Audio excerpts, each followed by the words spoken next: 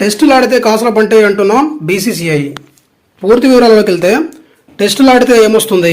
5 రోజులు కష్టపడాలి, ఎక్కువ శ్రమ తక్కువ ఆదాయం. అదే టీ20లు అయితే 3 గంటల్లో ముగిసిపోతాయి, తక్కువ శ్రమ ఎక్కువ ఆదాయం. అందుకే యువ ఆటగాళ్ళందరూ పొట్టి క్రికెట్ వైపే మొగ్గు చూపుతున్నారు. దీంతో టెస్టులకు ప్రాధాన్యం, ఆదరణ అంతకంతకు తగ్గిపోతున్నాయి. అయితే సాంప్రదాయ ఫార్మెట్కు ఆకర్షణ పెంచాలన్న ఉద్దేశంతో బీసీసీఐ సంచలన నిర్ణయాలకు సిద్ధమైంది. నిలకడగా టెస్టులు ఆడే ఆటగాళ్లపై కాసుల వర్షం కురిపించబోతోంది భారత బోర్డు. బీసీసీఐ మార్గదర్శకాలకు అనుగుణంగా క్రమం తప్పకుండా టెస్టులు ఆడితే ఇప్పుడొస్తున్న ఆదాయంతో పోలిస్తే 4 గింతలు అందుకోవడానికి అవకాశం ఉంది.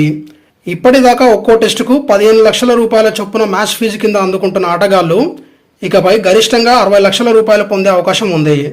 ఆడే మ్యాచ్లను బట్టి అదనంగా 100 నుంచి 300% అదనపు ఫీజును టెస్టు ఆటగాళ్లు అందుకోనున్నారు. ఇంగ్లాండ్తో 5 టెస్టుల సిరీస్ను 4-1 తేడాతో టీమిండియా చేజిక్కించుకున్న అనంతరం